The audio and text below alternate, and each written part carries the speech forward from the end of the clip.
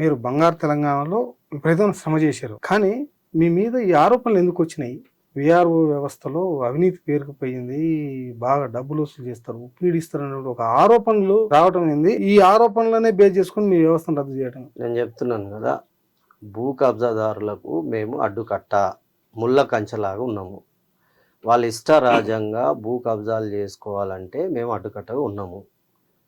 Power మా చేతిలో ఉండే, ప్రాథమిక విచారణ చేసేది, పాస్బుక్ ఇచ్చే అధికారం తహసీల్దార్కు ఉండే, దాని టైటిల్ ఇచ్చేది ఆర్డీఓ గారికి ఉండే.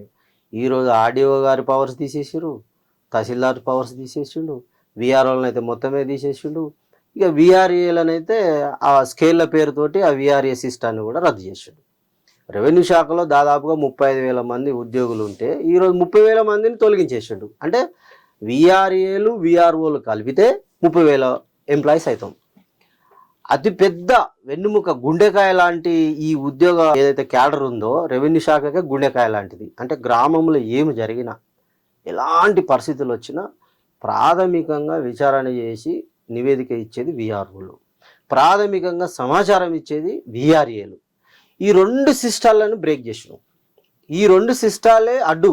ఎందుకంటే ఈ భూ కబ్జా చేయాలన్నా, అవకతవకలు చేయాలన్నా ఈ 2 సిస్టాలే అడ్డు. కాబట్టి ఒక పకడ్బందీ వ్యూహంతో తొలగించారు. అంటే రెవెన్యూ వ్యవస్థలో భూమిలో ఉండే వేరు లాంటి విఆర్ఏ విఆర్ఓలను తొలగించారు. మీ ఉద్దేశంలో ఈ 2 వ్యవస్థల్ని తీసేయడం ద్వారా రెవెన్యూ వ్యవస్థ నిర్వీర్యం చేసింది? ఎస్, 100%. ఆయనకు ఉన్న ఉద్దేశం అది. ఎందుకంటే అనేక సార్లు అసెంబ్లీలో ప్రస్తావించిన అంశాలు అందరికీ తెలుసు. ఈ శాఖ అవినీతి పరమైపోయింది, తహసీల్దార్ అవినీతి పరుడు, విఆర్ఓ అవినీతి పరుడు, ఆర్డీఓ అవినీతి పరుడు. అవినీతి అని మాట్లాడారు గతంలో. అవినీతి ఎక్కడ లేదండి, అవినీతి ఎక్కడ లేదు. ఇప్పుడు అవినీతి ఉంటే అవినీతికి ఒక సిస్టమ్ ఉంది కదా, దాన్ని అరికట్టడానికి. దాన్ని అరికట్టడానికి ఒక సిస్టమ్ ఉంది.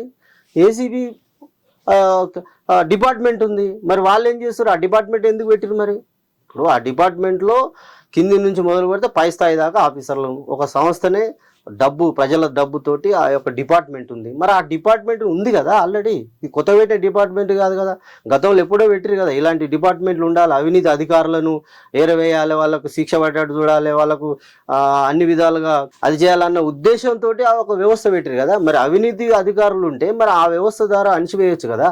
అది చేయకుండా ఇప్పుడు ఇంట్లో ఒక ఎలుకలు పడితే మొత్తం ఇల్లునే తగలబెట్టినట్టు అనాలోచిత విధానంతో అవలంబించి ఒక ఏమంటారు దాన్ని, ఒక నియంతలాగా ఒక విధానంతో ఇది రద్దు చేసిన ఆయన. ఎందుకు రద్దు చేసిందంటే రెవెన్యూ శాఖ అనేది ఒక బలమైన శాఖ.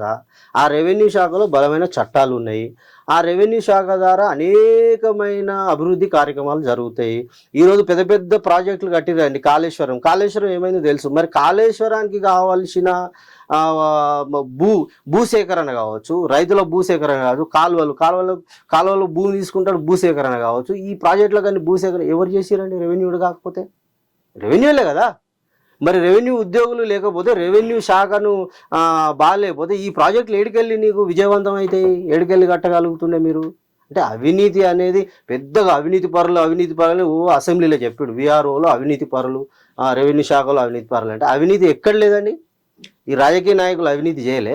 ఇప్పుడు అంటారు కదా, వాళ్ళే మాట్లాడుతారు కదా, కాళేశ్వరము ప్రాజెక్టుల్లో 1,00,000 కోట్ల అవినీతి అని అంటారు. 1,00,000 కోట్ల అవినీతి అంటే మరి అది అవినీతి కాదా? ఇప్పుడు చెప్తారు కదా కాంగ్రెస్ వాళ్ళు 1,00,000 కోట్ల అవినీతి అయిందని కొట్టుకుంటారు కదా, వాళ్ళు కొట్టుకుంటారు కదా. మరి ఆ 1,00,000 కోట్ల అవినీతి జరిగినట్టు కదా. మరి వాళ్ళను శిక్షించాలి కదా. అందుకే ప్రజలు బాగా గమనించి నిజమైన అవినీతి పరులు ఎవరో వాళ్లకు శిక్ష పడేలాగా తీర్పిచ్చారు. అందుకే ఓడిపోయారు. అది ఫ్యాక్ట్. అది అవినీతి నువ్వు చేసినావు కాబట్టి ప్రజలు తీర్పిచ్చి నీకేం చేశారు? ఆర్డర్ పాస్ చేశారు. చాలు నీ పరిపాలన నువ్వు జరిగిపో అని చెప్పేశారు. రేపో రోజు ఇంకే ప్రభుత్వం పాలకులు అట్లా చేసినా వాళ్ళకు కూడా ప్రజలు తీర్పిస్తారు. ఆ తీర్పులో మేము ఉద్యోగులుగా మా బాధ్యత మేము కూడా నిర్వర్తిస్తాం.